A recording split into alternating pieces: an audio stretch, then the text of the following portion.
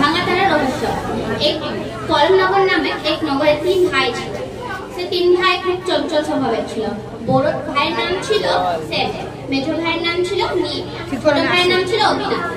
তার তিনজন একদিন সকালে বেড়াতে গিয়ে শুনতে পেল নাকি আজকে ভাঙা তারা দেখা যাবে। সে কথাটা তাদের গ্রামের সবচেয়ে বুড়ো বয়স্ক লোকটি বলেছিল, যার নাম কাক। তারা এই কথা বিশ্বাস করছিল না, কিন্তু তাদের যে কলমনগরের উঁচু জায়গা পাহাড়ের মতো, সেখানে গিয়ে তারা দেখে বলে স্থির করলো। তারা সেখানে পৌঁছে দেখে তাদের ছাড়া অনেকজন ছিল। তারা এক কোণে গিয়ে বসে অপেক্ষা করতে লাগলো।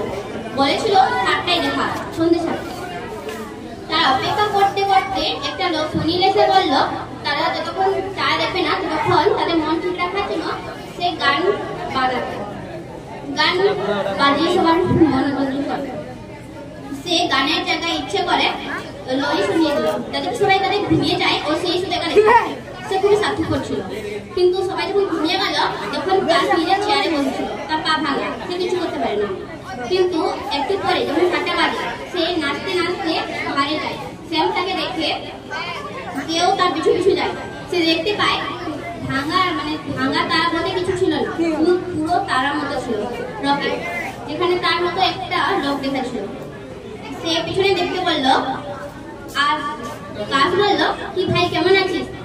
তার পরের লোকটা বলল, আমি তো ঠিক আছি, তুই কেমন আছিস? আর তোর পিছনে ওটা কি? কাজ পিছনে থেকে দেখলে শ্যামও তার পেছনে আছে। শ্যাম বলে, কেমন আছো তোমরা? আমরা বলেছি না, আমার নাম সেম। কাজ বলে, ও তো তুমি আমাদের রহস্য জেনে গেলে, এবার সে বললো তারা অনেক আগে এক মেলাতে গেছিল, যেখানে তার ভাই হারিয়ে গেল। সে আসলে একটা রকেটে মহাকাশে যাওয়ার পর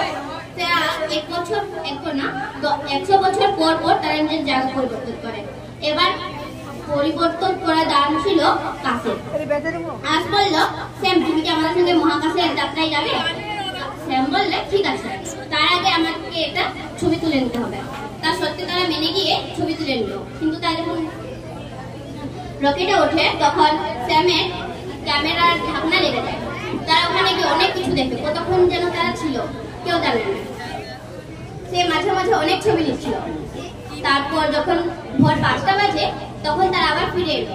কাজ আর সেম দুজনে নেমে গেল, এবং স্যাম থেকে গেল, কিন্তু কাজ রকেটের উপরে থেকে গেল। থেকে যাওয়ার পর সে বললো যে ছবিটি কবে দেখাবে স্যাম? স্যাম বলে যে 2 সপ্তাহ লাগবে। তো বললো যে ঠিক আছে, আমার দাদাকে পাঠিয়ে দেবো, আমাকে সেন্ড করে দেবে। সে বলে কাজ অনেকদিন চলে গেল। স্যাম 2 সপ্তাহ পর সে ছবিটা দেখলো। তার 2 ভাইগুলো দেখে কে বলছে যে বাহ, ছবিটা ভালো লাগছে, কিন্তু মনে হয় ক্যামেরা থেকে কিছু উঠে নি। তারপর সে বলে যে কোনো তেমন প্র্যাকটিস আছে, 100 বছর পর আবার বলে তারা চলে গেল।